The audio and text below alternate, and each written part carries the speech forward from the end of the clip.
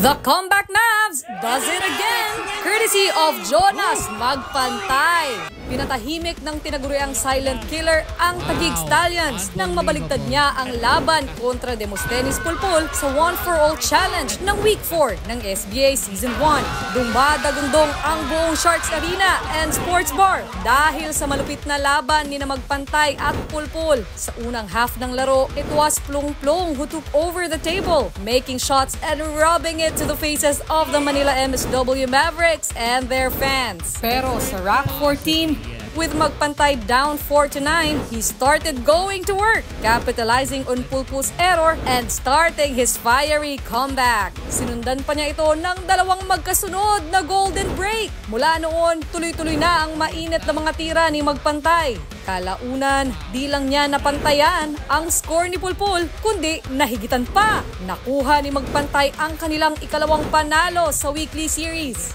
Magpantay silenced Pulpul with his record-setting 9-rack run, the highest run this season. Nung 9-4 na yun, hindi ko iniisip yung lamang niya. Kasi lahat ng laban ko naman, kahit sa labas, sa mga invitation, lagi akong nauunahan. Kumbaga, hindi ko iniisip yung lamang niya. Lalaro lang ako hanggang sa hindi ko na namamalayan, nahabol ko na pala siya. Saka sinuwerte rin din ako, nagka-golden break ako, 2 golden break ko sa 9. Isa pa yun, kasi naging advantage ko rin yun. Kasi lumakas ang loob ko rin dahil grabe mga tao, sigawan. Nararamdaman ko na, sabi ko, matatalo ko na siya dahil ang ganda ng tinitira ko, ang ganda ng laro ko hanggang uli. Samantala, maganda ang performance ni Pulpul, hindi naman niya nagawang maipagpatuloy ito hanggang dulo. Kami ni Champ Dinis Orcolio, 2 ata yun, resto 9 ba yung nararamdaman ko pag pangit yung binitaw ko. Hindi ko na inisip yun yung golden break. Basta sa ako at sa kami isa lang yung yung mabula, yun lang.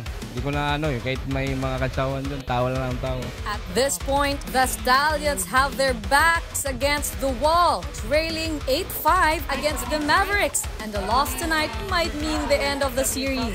Makakahabol pa kaya sila? Alamin natin yan sa ikalawang Sharks Double Rumble ng Week 4 ng SBA Season 1. And the Mavericks win the game! Woo!